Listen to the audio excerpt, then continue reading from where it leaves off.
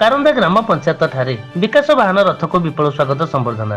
ଢେଙ୍କାନାଳ ଜିଲ୍ଲା ହିନ୍ଦୋଳ ବ୍ଲକ କାରନ୍ଦା ଗ୍ରାମ ପଞ୍ଚାୟତ ଠାରେ ମଙ୍ଗଳବାର ଦିନ ସରପଞ୍ଚ ଦୁଷ୍ମନ୍ତ ନାୟକ, ପଞ୍ଚାୟତ ନିର୍ବାହୀ ଅଧିକାରୀ, ପଞ୍ଚାୟତ ୱାର୍ଡ ସଭ୍ୟ ସଭାଙ୍କ ସମେତ ମହିଳା ସ୍ୱୟଂସହାୟକ ଗୋଷ୍ଠୀ ସଦସ୍ୟ, ଆଶା ଅଙ୍ଗନବାଡି କର୍ମୀ, ଏମ୍ବିକେ ଏହି କାର୍ଯ୍ୟକ୍ରମରେ ଯୋଗଦେଇ ଏହି ବିକାଶ ରଥକୁ ସ୍ୱାଗତ ଏବଂ ସମ୍ବର୍ଦ୍ଧନା ଜଣାଇଥିଲେ। परिक्रमा रथटी पहुंची एलईडी माध्यम सरकार विभिन्न जनकल्याण योजना संपर्क में लोकों को अवगत करथिला। यह सहित राशन कार्ड, भत्ता, स्वास्थ्य कार्ड और विकलांगों ट्राय साइकेल सरपंच द्वारा पंचायतर हिताधिकारी मानक बंटन करथिले एवं यह कार्यक्रम में पंचायतवासी सहयोग करथिले। Dhenkanal Maheshwar Sahu report, Durga news 24 Odia. दुष्मंत नायक कारंदा ग्राम पंचायत सरपंच आज विकसित रथ परिक्रमा करिछि। एक वर्ष मध्य जो शेष हो तेणु आज जो विकसित होमर कि भत्ता, किसी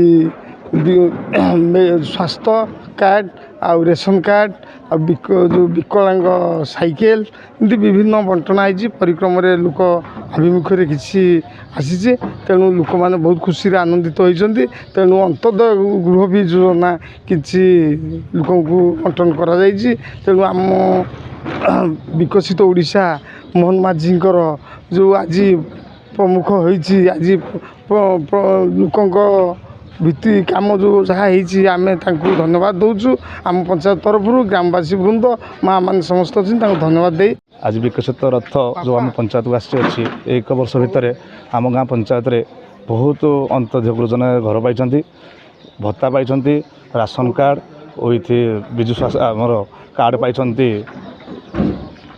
बहुत स्वास्थ्य कार्ड पाई। से मोहन माझी को आम धन्यवाद जनाऊँ। जदि आपंक आम भिडी भल लगा तेब आम चैनल को लाइक, शेयर और सब्सक्राइब करने को जमा भी भूलु नहीं।